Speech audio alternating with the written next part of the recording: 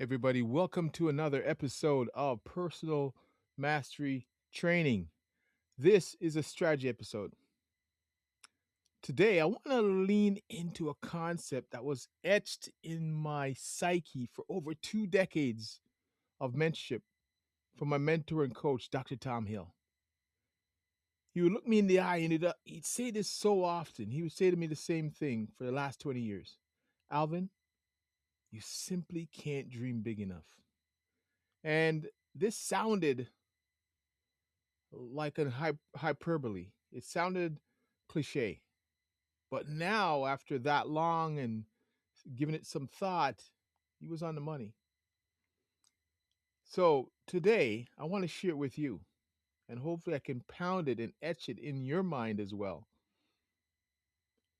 So here it is. I was inspired. I was in the gym not long ago, and this young guy walks up to me, and he was very, uh, a very respectful young guy, and I really enjoy talking to him.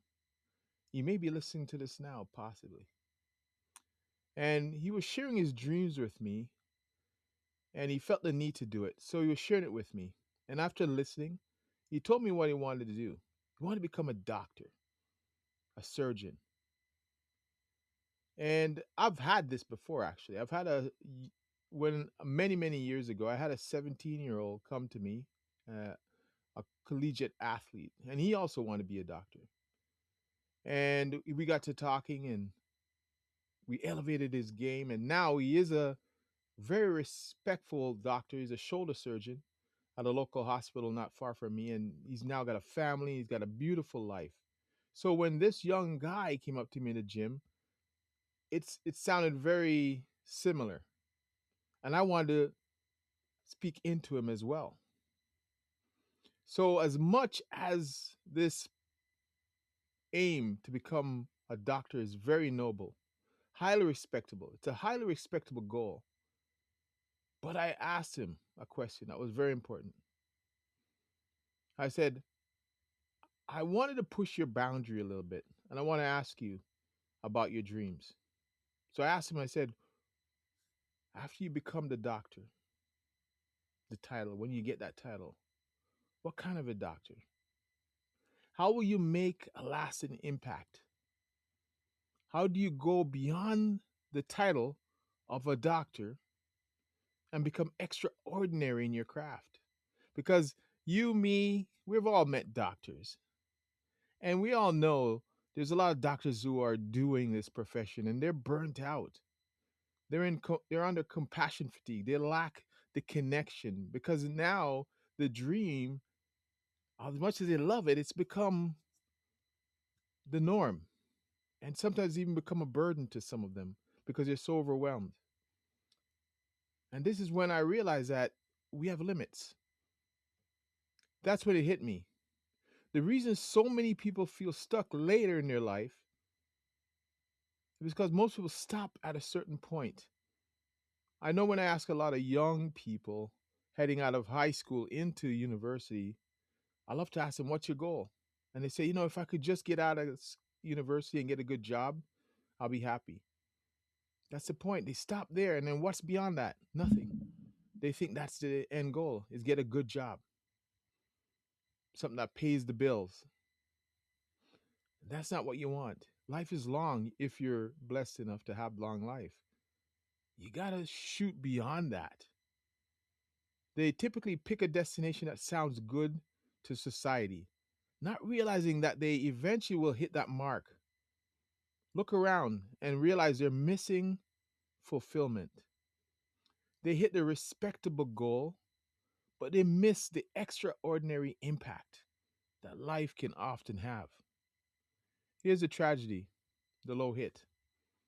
This is exactly what legendary Les Brown, the speaker, said.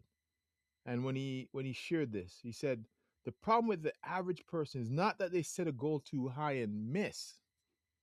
It's that they set a goal too low and hit. See, when you set that goal, it seems so high when you make it. I want to be a doctor. I want to be a millionaire. I want to be whatever it is. But you soon find out that you hit that thing and you're like, what next? I've had a client who bought himself, after years of working, finally bought himself the Lambo, delivered on a truck, dropped off in his driveway, got the orientation. And within a few months, he was flat again because he realized, oh shoot, I already hit my goal and I've got years left in my life. What next? See, at the beginning when he started, that goal seemed unreachable. It seemed unbelievable. A Lamborghini. Think about it. But now he hit it, and there's lots of life left. When you set your goal too low and you hit it, you're left with a hollow victory. You've achieved the thing, but you haven't expanded your soul. You realize that you had more to do, more to be, and more to have. But you stopped building because you reached the initial blueprint. Here's the strategy for today. In this episode, we don't want you to just get through challenges. We don't want you to get through them. We don't want you to just make goals and set them and head down and you run into it. If you're aiming for a goal right now, I want you to ask yourself the same questions I asked that young man. Does the goal merely make me successful or does it make me extraordinary? See, at the end, a lot of us want to live an extraordinary life. I don't mean becoming a superstar or anything like that. I mean, we want to feel significant. So, does the goal you set leave you feeling do you think it will leave you feeling fulfilled? Second question, am I stopping at the title or the accomplishment or am I aiming for making an impact lifelong, leaving a legacy? If your dream require you to change the narrative of what you think is possible, it's too small. If it doesn't require you to change the narrative of what you think is possible, it's too small. Don't settle for hitting the mark, only to find yourself suffering in silence, living in quiet desperation later because you've stayed small. It didn't make you grow, it didn't challenge you. Here's what I suggest: expand the dream until it scares you just a little, or maybe a lot, depends on how you are wired. Then grow into the person capable of handling it. I love that. Jim Rohn his mentor shared with him when he told his mentor he wants to be a millionaire. The mentor shared with him and said, make a goal to become a millionaire. Not because of the money, but for what it makes of you to become that person who can earn $1 million back then. Today, some people are earning millions, no problem. But make a goal, make a challenge to do the thing, not for the thing. This is what I always tell my bodybuilding clients or someone who's going through. They have a lofty goal. Don't make the goal about the journey. It's not it. It's who you become. Because there's gonna be a lot of ups, downs, a lot of pitfalls, a lot of falling seven, get up eight. There's gonna be a lot of that. But realize who you're becoming. You're becoming that person who can do that, who can fall. And that's life. Life is about falling seven, getting up eight every single time. It's about building resilience. So think about your goals. Actually, I want you to do one exercise. Step back for a second and think about what you have now. And think about that you've had for years now, whatever it is, your job, your relationship, your whatever. And are you still as passionate or appreciative of the thing you have? If you are, awesome. I love that. You did it right. But a lot of us, the edge, that little thing that made you go to bed late, get up early, that's kind of fading. And you realize, what next? If you're thinking, what next? This is for you. I want you to sit down. It happened to me. One day I was in my treatment room. I had the clinic, the staff. I wrote the book, and the book wasn't even on my list. I did some amazing things. The family, I had a lot of everything. I was checking a lot of boxes. And I sat there and I went, oh my God.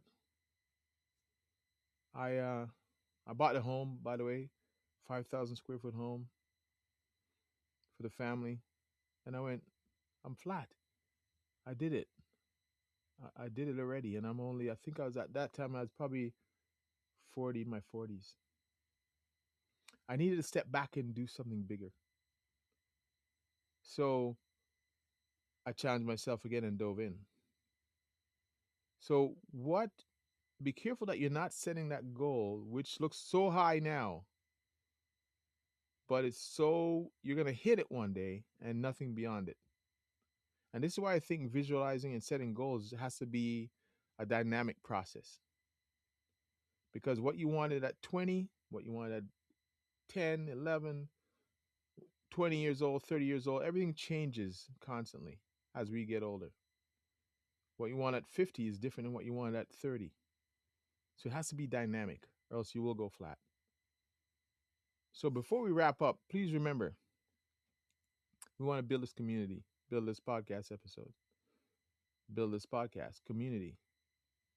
If you know someone who is talented but playing it safe, send this their way. Maybe you've been telling them and they're not listening to you. Maybe it's something that I said once and they can hear it from a different voice. And then the lights will go on. So I'll leave you with my two signature reminders. First, the story shifts, your story shifts to empowerment when your quest for personal mastery begins.